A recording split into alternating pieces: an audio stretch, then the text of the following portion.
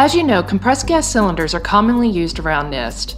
In this video, we will cover connecting and disconnecting a single cylinder to an experiment. We will walk you through the general steps and discuss general safety precautions to consider along the way. It's important to remember, though, that no one at NIST should connect, disconnect, or move a cylinder until they've been authorized by their management to perform these hazardous activities. If you have been authorized to work with compressed gases, follow the hazard review for the activity and consult the safety data sheet for the gas to be sure you're following all important safety measures. When the cylinder has reached its destination in the lab or plant, your first step is to secure it to a wall, a bench, or some other firm support. Or place the cylinder in a stand, a rack, or a gas cabinet. As you see here, Mike Kelly uses a chain to secure the cylinder.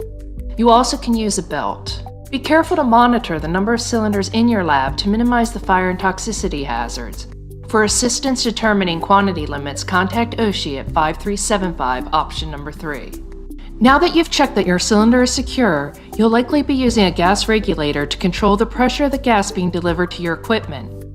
Proper installation of gas regulators is important for efficient operation and accident prevention. Follow these steps to ensure your setup is correct and safe. Remove the cap from the cylinder and inspect the valve outlet connection to make sure it is clean and free from debris. Contact your gas supplier if you find any debris or contamination on the cylinder valve outlet. Visually inspect the regulator for damage and to make sure all parts are in place. Examine the regulator inlet connection to ensure that it's clean and free from debris, and contact the manufacturer if you find any debris or contamination in the inlet connection. Assemble the regulator inlet valve onto the cylinder outlet. Tighten it with a smooth jaw wrench to ensure a proper gas type connection. Regulator should be attached with the gauges at a slight angle to enable you to easily read them.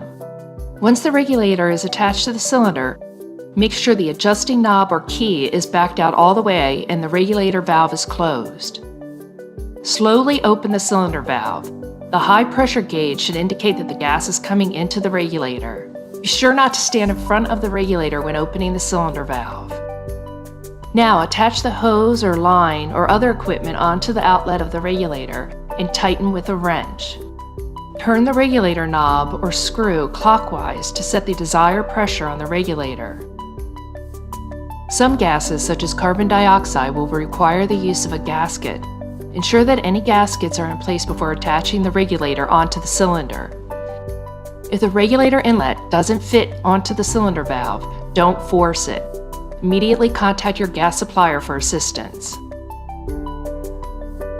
When you're no longer using a regulator or a compressed gas cylinder is emptied to a pressure of 172 kPa or 25 psig, follow these steps to safely remove the regulator. Close the cylinder valve. Close the outlet knob on the regulator to stop the flow of gas to the system, or allow gas remaining in the regulator to purge through the system until the regulator is empty. Close the outlet knob on the regulator to stop the flow of gas to the system, or allow gas remaining in the regulator to purge through the system until the regulator is empty. Disconnect from the gas delivery system or sample line. Vent any gas remaining in the regulator by connecting an approved vent line and opening the outlet knob.